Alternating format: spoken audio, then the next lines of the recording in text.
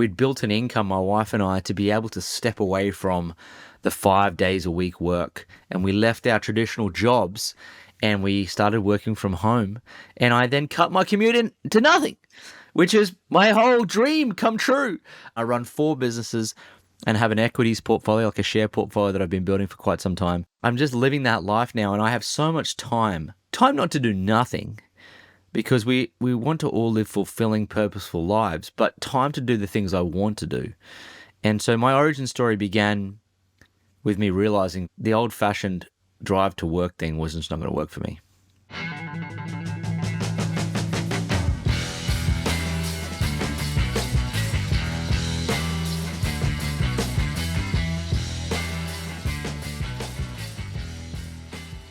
Hi, everyone. Today we're going to talk about how you need to stop being busy and start getting wealthy.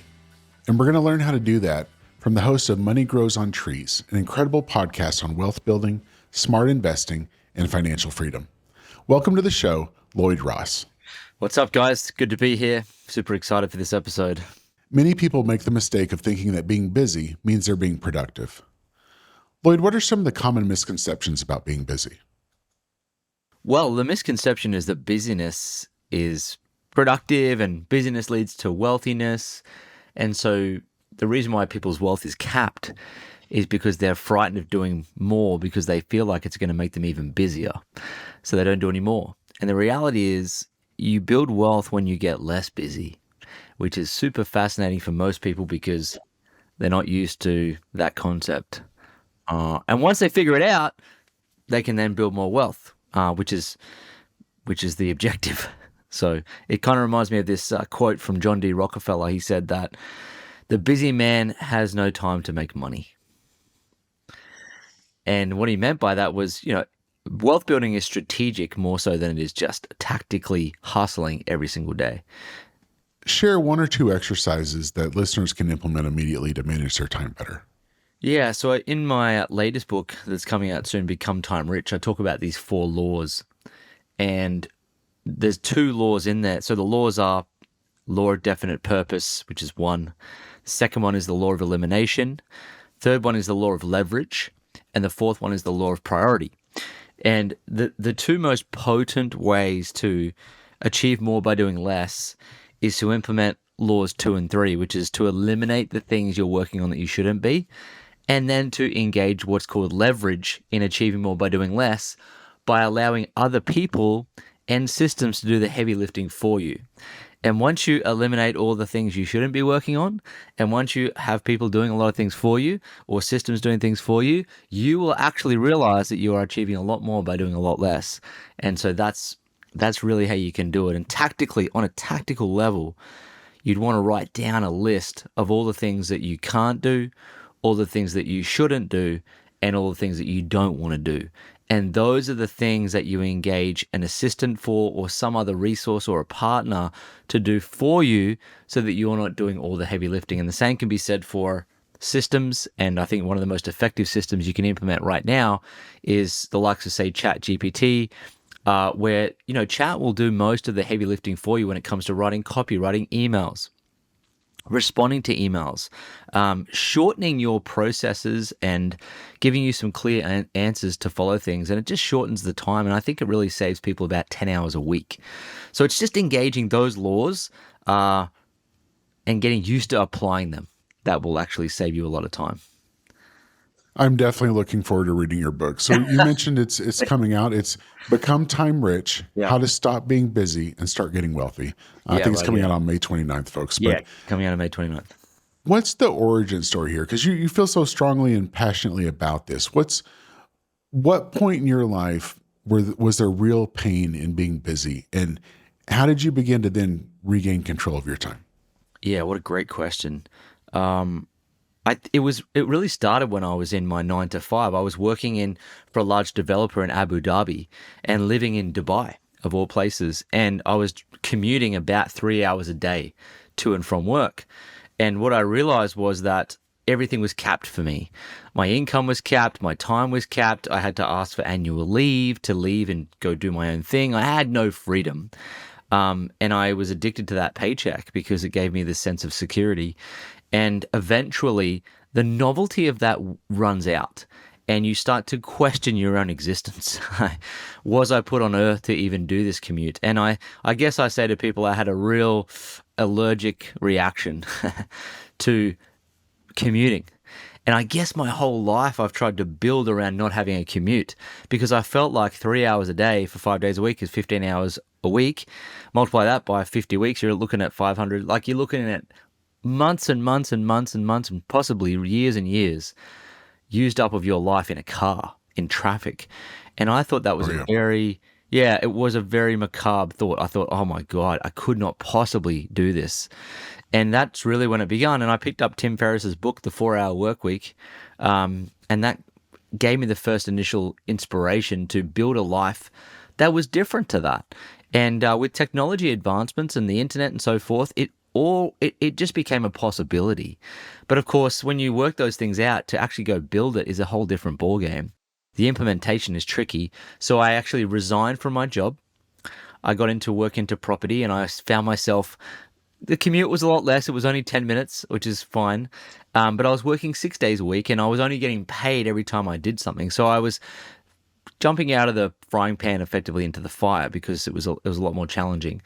And it wasn't until I got into online marketing and marketing supplements online that I started to realize I could actually make money leveraging the internet, leveraging systems, and make a consistent subscription-based income.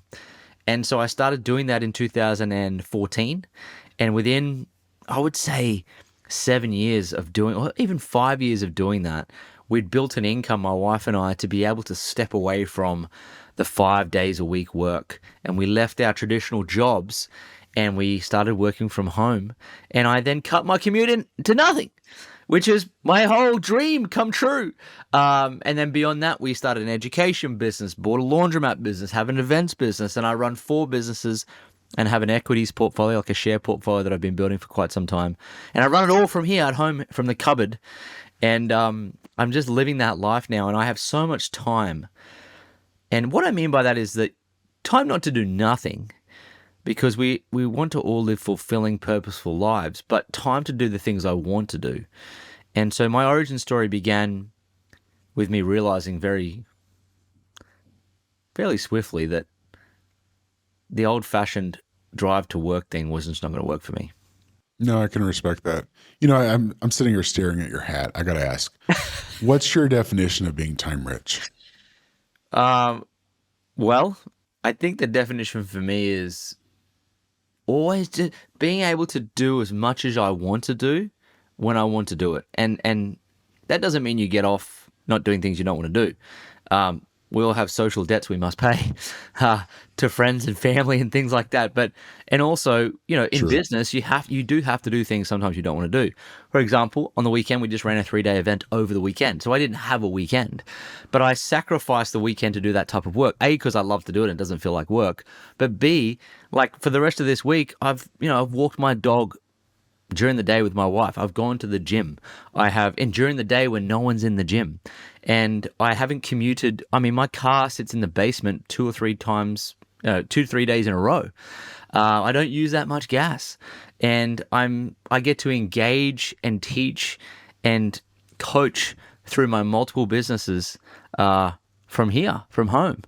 So I would say that is as close to being time rich as I can imagine. And my version of it is do what I want to do with those I want to do it with as often as I can. And minimizing, minimizing the things that don't light you up. I think that's the beauty of being time rich. You know, because if you're rich, quite often, you're still doing a lot of things you don't necessarily want to do. And I have this great quote that I read, and I love it. It says, you know, what's the point in having a Rolex if all it tells you is what time to be back at work after lunch? And I saw this. I'm a big I'm an X addict. I just live on that platform, which is Twitter, right? And so someone posted one of Patrick Bet-David's team, and what they had posted was a video, and his team is jumping up and down, hoorah, hoorah, hoorah, in suits and ties on a Monday morning at 9 a.m. And I wrote in the comments and I said, nothing shows me more that you're someone's bitch than having to wear a suit and tie on a Monday morning at 9 a.m. And I feel like for me, that is my worst nightmare. And not for everybody, but that's my worst nightmare Sure. because I wanted to get away from, like, how could you possibly be free if you're wearing a suit? Who even wants to wear a suit and tie? Let alone be in an office environment on a Monday morning at 9 o'clock. And so I guess that's my definition of it. No, that's good. I appreciate the honesty. You know, okay, you briefly spoke about a couple of the time laws, and your new book is basically you're highlighting the 4 time rich laws. Give us a sneak peek, or at least for myself, on these laws, and really how do they transform our daily lives? Sure. So the reason I explain the concepts of the book in laws is because the laws can be applied anytime, and they're much like habits, and they can be lost a little bit sometimes. And so you can re-engage them back to what you're doing anytime. And I wanted to make sure the book was principles based, so it's more timeless about, hey, am I applying these laws no matter what happens to technology? It's going to be an evergreen experience for the reader. They can always pick it up and apply them. So the very first law of definite purpose really takes aim at a lot of people who aren't living intentionally. And as a result of that, time is leaking away from them. And they're in reaction mode rather than proaction mode.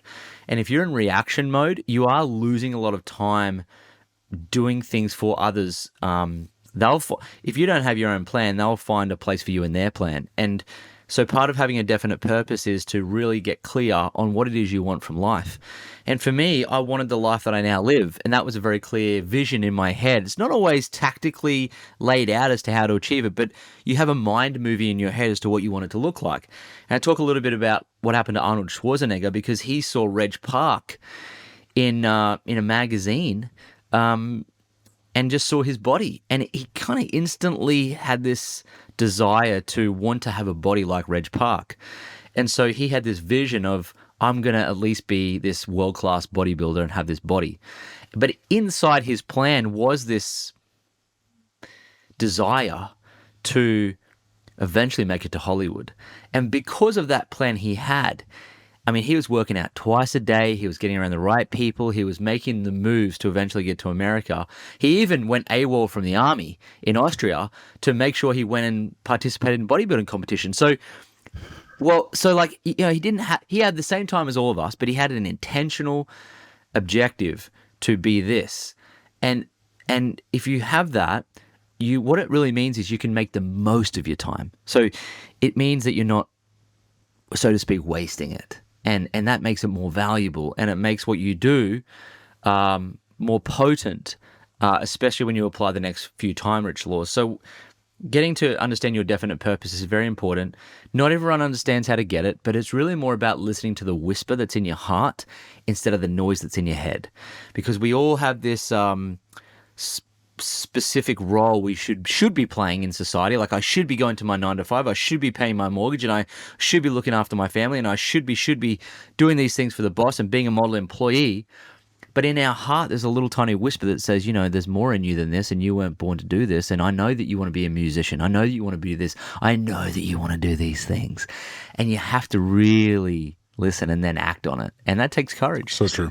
Right? So that's the first one. And once you do that, then you've got a clear plan. And then it makes law number 2 easier, because law number 2 is the law of elimination. And what happens to most people who are time poor, they often complain that they're just absolutely, you know, busy to death. They're being drawn and quartered by the vicissitudes of life on a daily basis, family and work and this and that, and they'll start a side hustle, then another one, then they'll do this sport, then they'll do this sport, and then they'll do this. And what happens is they end up piling things on top of each other again and again and again and again and again and again. And of course, they're walking around just with complete anxiety, thinking about all the things they have to do. And what happens is, instead of going a mile deep and an inch wide, they'll go a mile wide and only have enough time for an inch deep on all of those activities. So none of them are done well. And the idea of, or the notion of the law of elimination, is to approach your projects and your day and your life towards your definite purpose like a sculptor would sculpting a statue. And I talk about this story of Michelangelo, the great Renaissance artist. And he had sculpted the statue of David. And once he had finished, he was looking up at David, and someone next to him said, "Michelangelo, how did you achieve this? How did you sculpt this statue of David?" And Michelangelo said it was very easy. He said, "All I did was chip away the parts that weren't David." And it's the same type of mindset you've got to have on your day and your week and your month and your projects. So start chipping away the people, the tasks, and all the projects that you've accumulated that actually have nothing to do with you getting closer to your definite purpose of how you want to live your life. Oh, that's really good advice. Right? And it's not easy. It's like, I mean, we've got to chip away relationships sometimes. And I often say that success in this area is largely a matter of having one uncomfortable conversation after another. No, I can't go on that holiday. No, I can't do that. It's not that I can't. It's not a priority for me to do that because I'm eliminating certain things from my life. Certain things, certain people, and so forth. That leads us to the fourth law of becoming time rich, which is the law of leverage. And the great mathematician Archimedes, he was the guy that jumped into the bathtub and it overflowed, and he was running down the streets of Athens or whatever it might be, naked, saying, "Eureka, Eureka, I've found it, I've found it." He's one of the smartest minds who's ever lived. And he actually discovered this principle of leverage. And leverage is where you put in smaller amounts of effort and you get a lot more in return. And so part of engaging leverage is to understand this concept that you can't do it all yourself.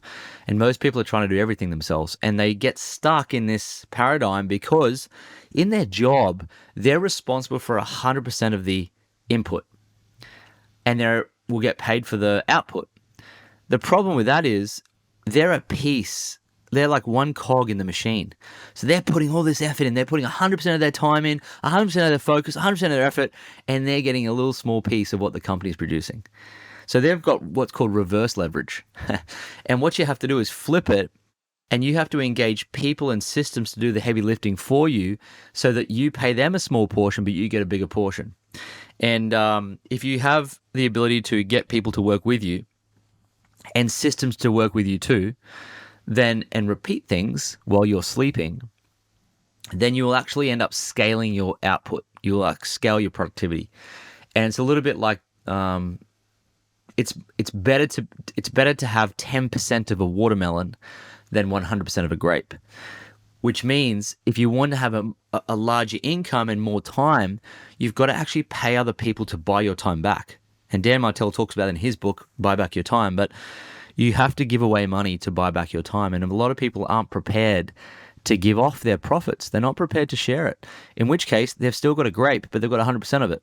Whereas I like to have a 10% of a watermelon. And so I like to pay people to do things for me. I like to, and I'm sure you do too, you cannot carry the entire watermelon yourself. And so when it comes to leverage, people leverage and systems leverage is important, but also capital leverage. So we've invested some of our profits into buying pieces of shares and companies. And one of our business partners is Warren Buffett, which is great. He's one of the best business partners you'd want to have. And so we deploy our capital into buying into Berkshire Hathaway, which is his company, and they manage our money for us. And it goes off and it buys other businesses and it produces a result. So capital leverage and placing your capital into places where it can grow is also a way to scale your time. So they're the core components of engaging leverage. And the final law is the law of priority. And the law of priority is if you're working on things that are aligned with your definite purpose and you're eliminating things and you're engaging leverage, but you're not quite getting ahead, it probably means you're working on the wrong things at the wrong time. And so the law of priority sets out that how are you engaging your day? Are you doing all the fun things first, or are you doing the most important things first? Are you utilizing your energy for the right things? Are you engaging things that create leverage, or are you just doing more work for the sake of feeling busy? And I talk about this notion of having the busy bug. And the busy bug, it's a sickness. It's like it gives you hurry sickness. And hurry sickness means that you're always in a hurry. And you can tell when someone's in a hurry because they're bouncing their leg. They're sitting still and they're bouncing their leg. And you may have seen people do that. You may have done it yourself. And that means you've got hurry sickness. You're trying to do all these things, and you're trying to squeeze too many things into the day, and all of a sudden you just got an overscheduled calendar, and there's no way to live either. Or you've got an underscheduled calendar because you aren't prioritizing anything. And I often find that people don't use their diary, they don't use a simple 6-part to-do list, and they're missing the tactical application of how to prioritize their life. And they're not setting boundaries for themselves.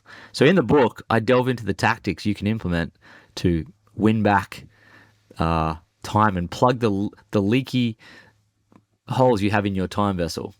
And so if you apply those 4 laws, what happens is you end up having so much time you almost feel guilty that you're not working as much. And that's also a new mindset to undertake. And that's what I mean by saying that I'm not very busy, but I'm wealthier. And it took me a long time to learn that if you want to be wealthy, you got to stop being busy. That's a good answer. And there was a lot of insight in that answer too. You talked about focused attention, and that's how you make the effort. And really that kind of parlays along with that focused task list to keep yourself focused on what actually is making the difference. Yes. You also talked about deploying capital. Share a personal story or experience that significantly shaped your financial philosophy. It's a good question. Well, I picked up Warren Buffett books and I just studied him as a person. And what I noticed was he was great at deploying capital to get results. And my first experience of doing this was when I took my first bit of capital. It was about $2,000. It wasn't much. And I bought my first bank stocks. So I bought equity ownership in a bank, a local Australian bank, been around for 200 years. I thought it was probably going to be around for another 200. And I bought these shares, and that meant that I was a very, very, very small owner of the bank, very small. But what it meant was I could participate in their growth and also in their profits. And I remember one day I got paid my very first dividend check where the company was paying me a piece of their profits. And in those days, they would send the dividend check in an envelope to your house. And I remember one day I went down and opened the mailbox and pulled it out. And I opened it up and I saw this check in there. And I was like, wow. And it was $90. And I thought to myself, that is amazing. Because I thought back to when I was about 17 years of age, when I used to wash cars to make extra money.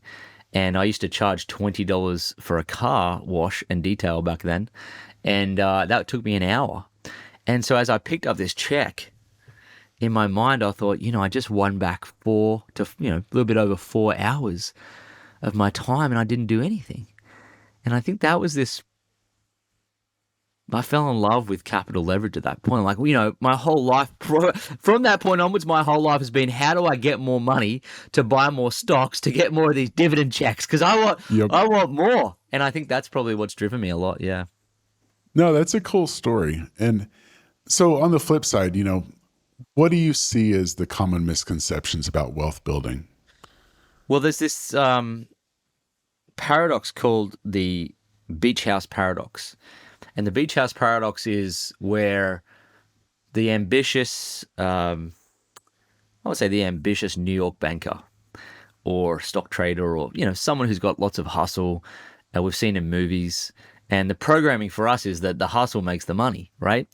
And the beach house paradox suggests that this person works hard their whole life and just, in the office, working early mornings, late evenings.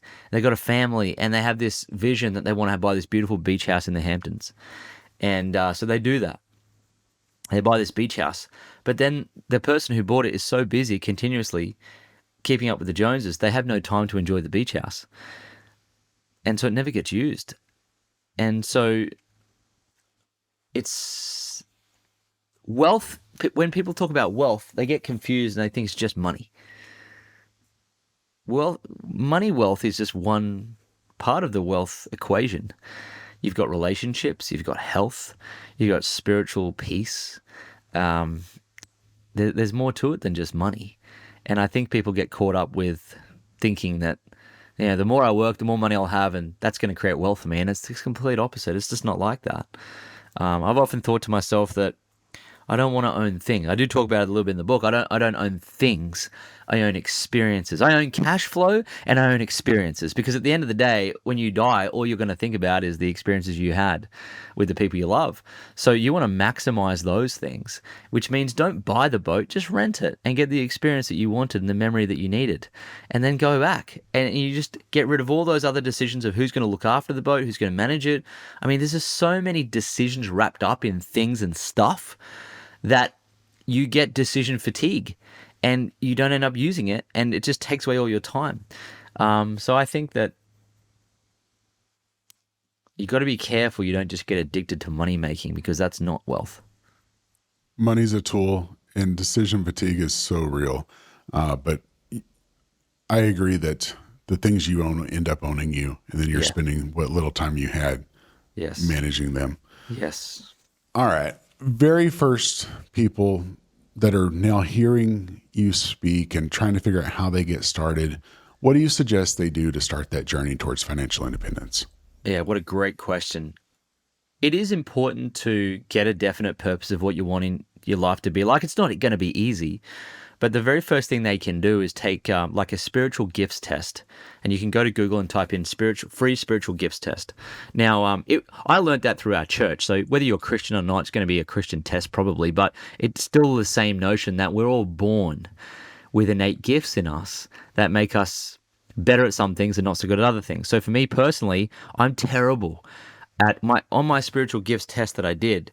It shows at the very bottom of my list of things I'm good at as craftsmanship and hospitality, which means my wife and I hate hosting events and I'm terrible at building IKEA furniture.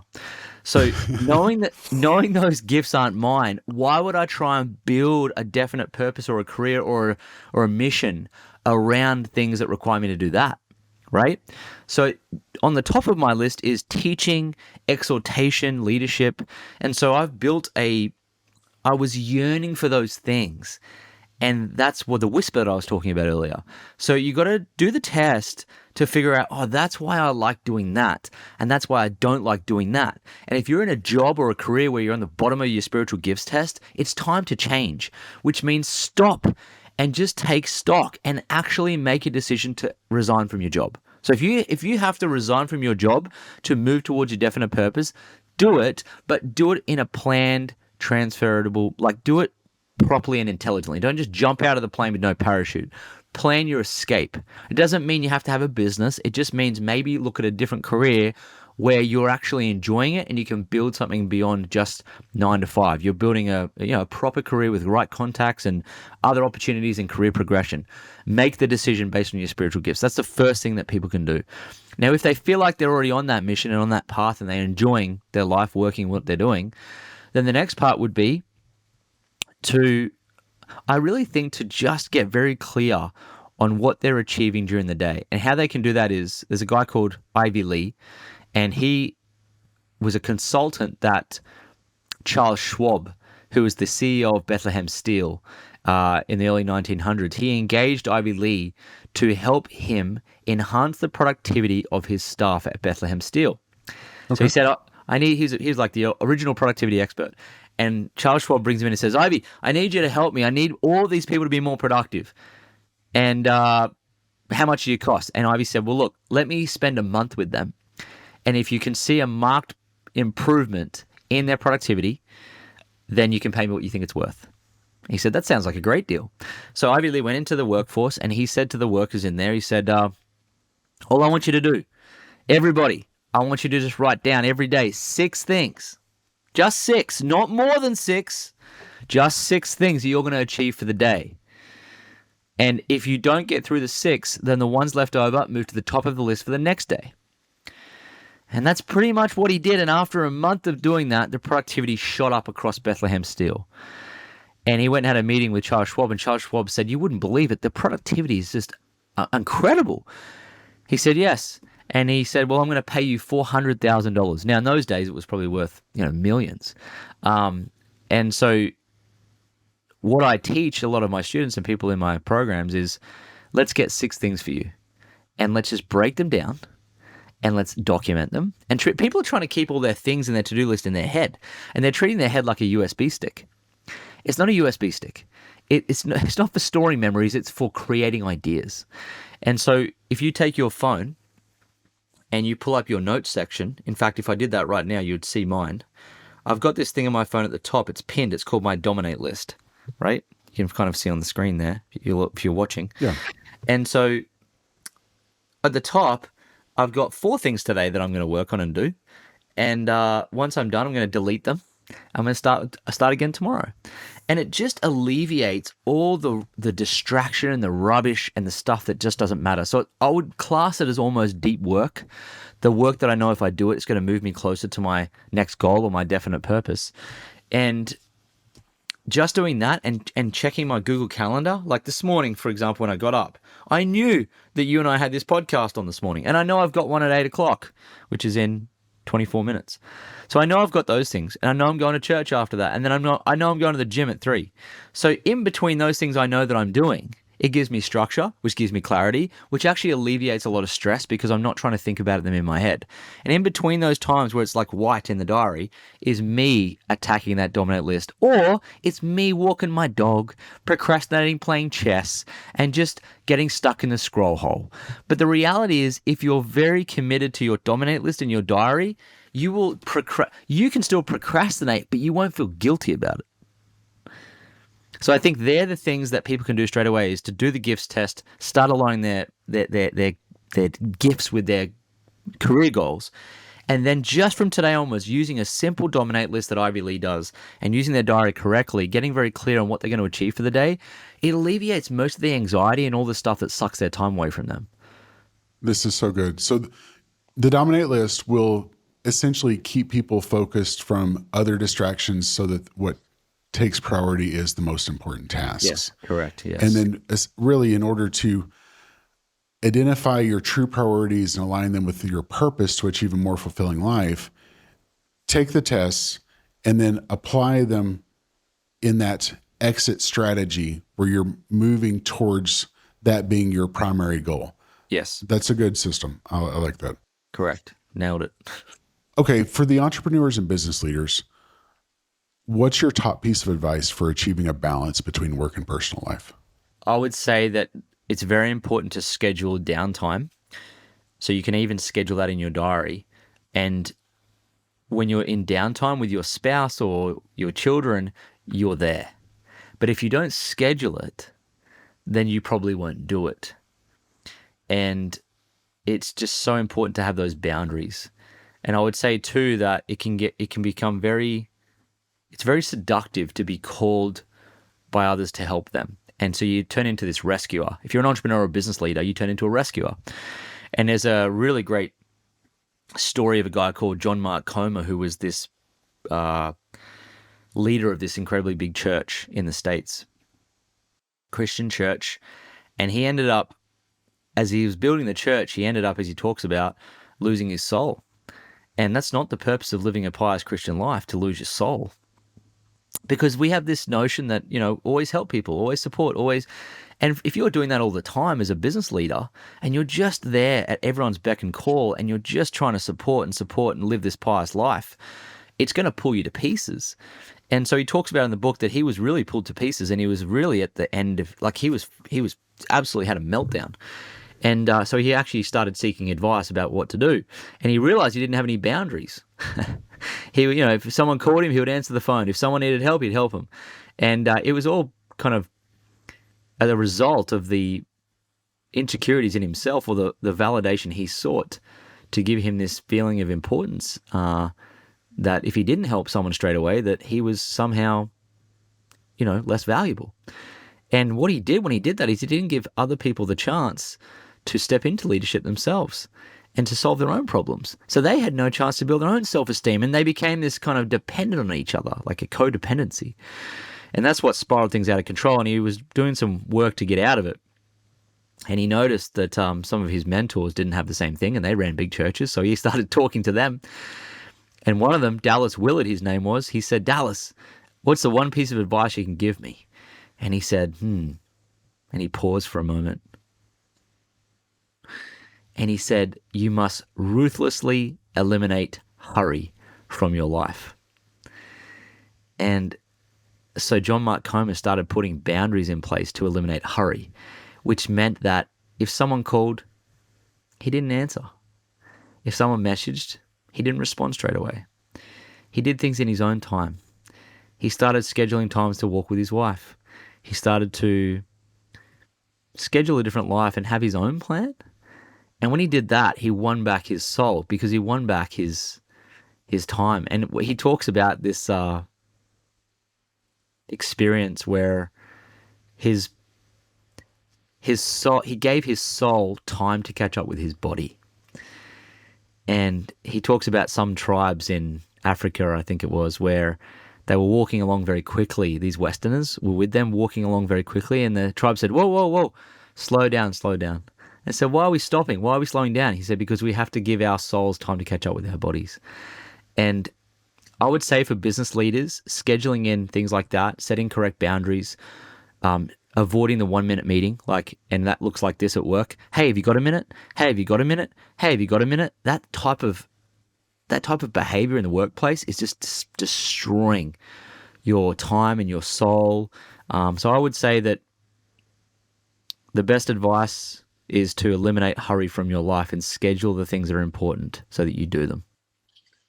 I've really enjoyed all the real world examples of helping people achieve more efficiency.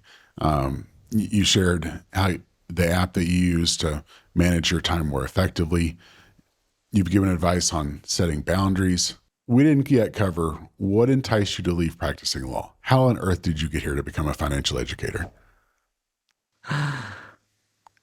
I think I had a personality clash with being a lawyer. What actually happened was when I graduated and I got admitted to the Supreme Court in 2008, you have to do your articles. There's a thing called PLT, which is practical legal training, where you get your diploma of actually practical legal, and then you become a lawyer, right? And so in my practical legal training, I did my articles with a company or a firm that was in property law. And my job there was to do conveyancing. Now, conveyancing is where you're transferring the title of one property owner to another. And it's desperately boring. And if I had have had a different experience, like if I had have gone and done my articles with a trial lawyer who was more flamboyant and exciting, and I probably would have stayed. But I guess the property law thing just completely did not mesh with me. And so I thought, I got to get out of here. And I didn't like the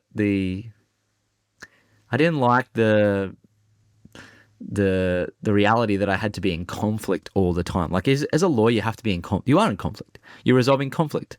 And I thought, God, do I want to spend the next 40 years in conflict every day? And that was very much a resounding no. So you could think about this, like, this is why I think I live the life I do now, because I'm very brutal. I don't suffer from the sunk cost fallacy. And the sunk cost fallacy is where you've put all this effort and time into one thing and you stay doing it because of the bias in your head, the psychology bias of like, I've already put this much in, I may as well just keep going. And it's what happens when you get married. You go to organize your wedding and you've already spent $20,000. You're like, I'll just spend it. I've already spent $20,000. We're in for a penny, in for a pound. We'll just keep spending money. It's the same thing with careers. People go, well, I've put all this time in my degrees and doing this. I'm just going to go with this. And before they know it, 15 years have slipped by. And that's not me. I'm very brutal with my own happiness levels. And so I borrowed this from Gary Vaynerchuk. He says, if you're 85% happy, it ain't good enough. And so I guess I was like, I got to get out of here. And I just immediately resigned and stopped and went over into a different industry, like immediately. And I guess in my early 20s, I had the time to do it. But even now, I've got students of mine mentoring them. They're like in their 50s and they do the same thing. And they just completely transform their life because they go, what was I waiting for all this time to go and live? It's like saving up sex for old age, as Warren Buffett puts it. Why would you do that? All right. You just gave us a great example of something that you may have changed in your past, but I'm going to flip it a little bit on you. If you could change something from your past, would you do that or would you double down on something else? What are you going to pick? Oh, man. So I can change something from my past or double down on something now? Or double down on something in your past. Right. Like change or double down. Okay, that's a good question. Man, I would double down on Facebook ads. like in 2000 and in 2009. Yep, yep. That's such a good answer. Yeah, that's me. I'm there. I could imagine myself because when I was in university in 2006, Facebook kind of came out into universities first before it came into the real world. And I remember I was a really early user, and I had the advantage then, and I'm sure a lot of other people did too. But man, oh yeah, it kills me to think about it. But thank you for making me think about that. I sadly I missed it, but I'd double down on Facebook ads for sure, and I'd take all the profits and I would put it all into Amazon. Fantastic. Perfect answer. Yeah. All right. I like to end our episodes with a fun anecdote about my guests. Share a story, a fact, or an experience about yourself that our listeners would really find entertaining. Well, entertaining. Huh. I mean, I got so many stories. We probably don't have enough time for some of the stories, but I actually went and bought our dog passed away last year, sadly, and I went out to buy another little dog, and I got out there, and I was buying this little dachshund, this little sausage dog, and this breeder had 2 dogs left. These 2 beautiful little dachshund sausage dogs, and it's exactly what I wanted. And I was surprising my wife to pick up this dog and take it back and surprise her because she just loves these little dogs. And as I grabbed one of them and paid for one of them, I looked at his other litter mate there, and I couldn't leave him behind. I couldn't leave a man in the trenches. I couldn't do it because I thought to myself, this little dog I picked up, he's going to live the most insanely spoiled life. Like, he's going to live better than some humans. And I thought to myself, how can I possibly leave his brother there and make this choice? I was like, how am I going to do this? And a mentor once said to me, if the answer is I don't know, then it's both. And so I was like, oh my God. So I said, hey, if you haven't got rid of him by the time I get back, I'll take him too. And my heart was bleeding for him. And so I got back there, and to my, I don't know, to my shock, he was still there. And I was like, so I got to take him. So I grabbed them both. And I was driving back home to surprise my wife. I thought to myself, how am I going to get rid of this? We can't have 2 dogs. How are we going to do this? So on the way home, I'm calling my family members, trying to sell this dog to them to give him a home. And my sister, my older sister, picks up, and I said, hey, I've got this beautiful little sausage dog. He's identical twin to what we brought up. It's amazing. It's a $4,000 dog. I've got both of them. Do you need a dog? Do you want it? Please. He's going to make a great home for you. And she says this, she goes, maybe. And I was like, that's it. Sure. I'm coming to get you. There's a weak spot there. I gotta get through this weak spot. And so I got home, and what happened was my wife was picking up my nephew, who's my sister's son, from school. And we're driving down the highway I'm in my dad's partner's car with his car. He's got this Jaguar, and I'm with a car with his wife. And we're driving down the highway, and my wife is probably going to drive past us at some point and see us in this random car with these dogs driving down the highway. So we're trying to dodge traffic, get away from her. We got home just in time before her, and she walks in the door with my nephew, and we're hiding in one of the back rooms. And I let the dog go, our dog, and he walks into the kitchen, and she just falls to her knees and cries. And I've got this whole thing on my Instagram. The whole video is on my Instagram, on one of my reels. And she falls down and cries, and then my nephew's there and says, "Oh, that's so nice." And he's like 9 at this point. And then the other dog comes out, and I said, "Oh, this is another dog." And he said, "What's that?" I said, "That one's yours." And he starts crying, and we have it on video. And then I said, but don't tell your parents because they don't really know yet. And so I hadn't told his parents. And so what was really funny about this is my sister comes over and she says, "Oh my God." And then my niece and my nephew, my sister at our house, and they all now have this dog. And they haven't told the dad, my brother-in-law. And so what happens is a few weeks go by, he stays at our house, and they film my brother-in-law coming out in the morning, and they filmed them telling him that they now have a dog. And he's never had a dog in his life. And he's sitting there watching this and going, "Oh, Lloyd and Alicia have a nice little puppy. There's another one there. Oh, that's out." And he just goes to water. And the whole thing is just hilarious. And so anyway, They have a dog now. My sister says that it's her favorite child. So that's how the story ends. Oh my gosh. The sunk dog fallacy. That's so true. That is so quippy. There you go. Sunk dog fallacy. So Fantastic way to bring up your socials, folks. Go visit Lloyd Ross's socials.